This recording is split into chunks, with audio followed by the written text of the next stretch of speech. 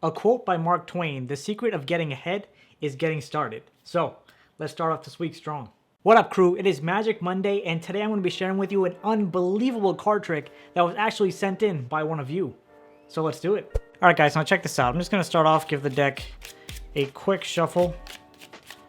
And now we'll have a card selected. So the way that we're going to do that is I'm just going to spread through the cards like this. And wherever a spectator says stop, that's the location that we'll stop at, and we'll take a look at that card, okay? So let's just say they say stop right here.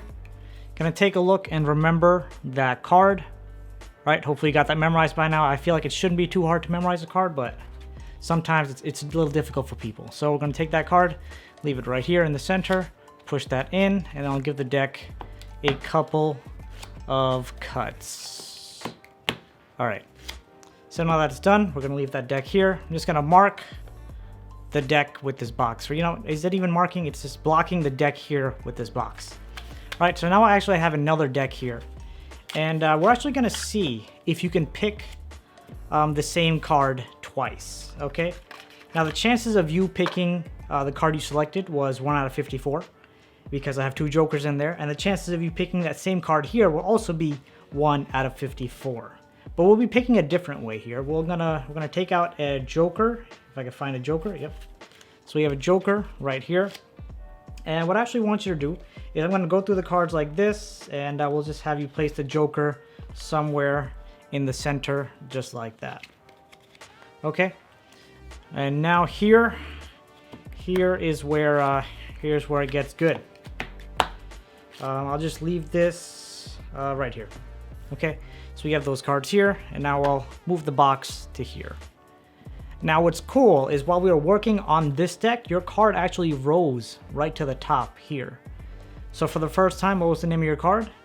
The Queen of Diamonds. Check it out. Queen of Diamonds came right to the top. And not only did that happen, but if we take a look in this deck here, you placed a joker somewhere near the center, and it's above one card. If we take a look at what that one card is, it should also be the Queen of Diamonds. All right, guys, so let's get started. Okay, well, I missed the cash, but that's okay. So just a little bit of background on this effect. It was actually sent in by one of my followers on Instagram. I'll leave his Instagram username in the description below so you guys can go and check him out. But yeah, he recommended this trick, and I'm like, okay, might as well try it. I got a couple of great reactions, so I'm sharing it with you right here, right now. So what do you need for this trick? As you probably saw from my performance, you will need 2 decks of cards. And one of those 2 decks, doesn't matter which one, must have a pair of matching jokers. Once you got all that, you're all set to get started. So starting off, this trick will require a bit of a setup. So taking the cards out of the box, first thing you want to do is take the pack that does not have the 2 matching jokers. Again, if they both have 2 matching jokers, it really doesn't matter. But you're going to select a card that you want to force on the spectator. Let's just say the Ace of Spades, because that makes life very easy. So Ace of Spades, you can force it on the spectator however you want, but you want to place it in a position where you'll be ready to force. So what I actually like to do is I like to use the cull for the force. So I go ahead, put the card in the 4th position, and then when it's time, I cull it over to force on the spectator. So now we have this setup with the card that you're forcing, which is the Ace of Spades. Put that away in the box. The setup for the second deck, take the cards out. You want to remove the 2 jokers. So 1, and where's the other joker? There it is. So 1, 2. You got 2 jokers here. Now what you'll be doing is you'll take out the Ace of Spades from this deck as well. Boom. You'll put this in the 5th position, of course face down. And you're actually going to take one of these jokers, put it face up right above the Ace of Spades. So from top down, we have 1, 2, 3, the joker face up, and that's the 4th card, and the 5th card will be the Ace of Spades. You can take that, put it right on top of the deck, and you can take the other joker, place it randomly in the center of the deck. Now this deck is all set up and ready to go, and you can put that away, and now you're ready to perform this trick. As far as the performance goes, you come here, take the deck out of the box, and I like to give the deck either a false shuffle or false cut, whatever's comfortable with you. Do what you got to do there, and then you're going to force the card on the spectator. So again, like I said, I use the cull for the force. So I just go ahead, ask them when to stop. Let's say they say stop right here. So boom, I have the Ace of Spades forced on the spectator. I show the spectator the card, ace of spades. And now the next thing I'm going to do is the Kelly bottom placement.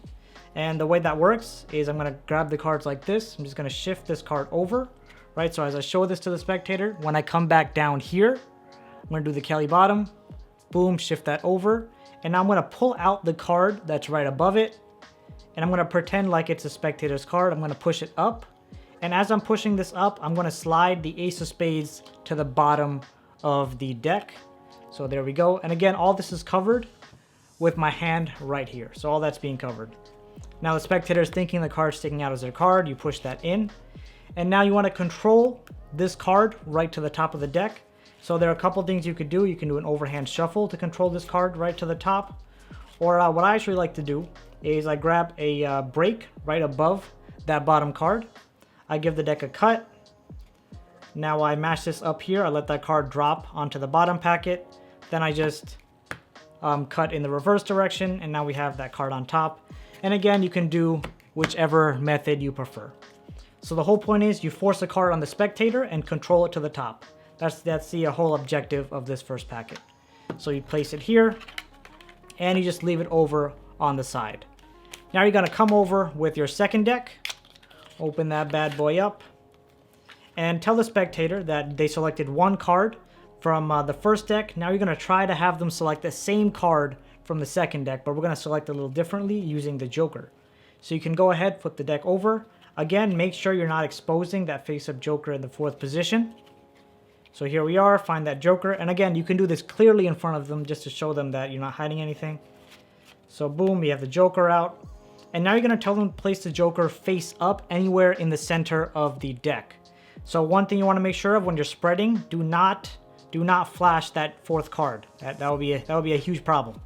So you go ahead, push over a decent number of cards on top, then have them go ahead and place that card anywhere they'd like. Once that's placed in there, you square up. And as you're pushing this card in, I actually push in at an angle. So now after pushing it at the angle, you could see I have that card sticking out over here in the back. And I grab a pinky break right underneath that card, square it all up, and then I cut directly at that break. So now that card is moved directly to the bottom. Okay, and since that card is moved to the bottom, the card now face up in the center is the Joker that you had placed right on top of the ace of spades. And again, at this point, you can give the deck a couple of false cuts. And now you can leave that over to the side as well. Now you'll come back here, you'll tell the spectator, while we were working on this deck or while we were selecting, going through the selection process, your card was actually rising to the top. So boom, there you go. Ace of spades rose right to the top. That's pretty impressive. But what would be even more impressive is if the Joker you placed in the deck was right next to the ace of spades. Now, one thing I don't recommend is spreading like this. Otherwise, the Joker will flash here on the bottom. One thing you actually can do if you'd like, you can push over in your spread, push down, push to the left first, and then spread. This way it would cover that face-up Joker towards the bottom. And then boom, you see the Joker. You say there's one card that's right above. They take that out, and that is as well the ace of spades. The cards match, their mind is blown, and they go insane. And that's it, guys. Make sure to hit that like button if you enjoyed this effect, and subscribe if you haven't already. And I'll see you really soon. Peace out.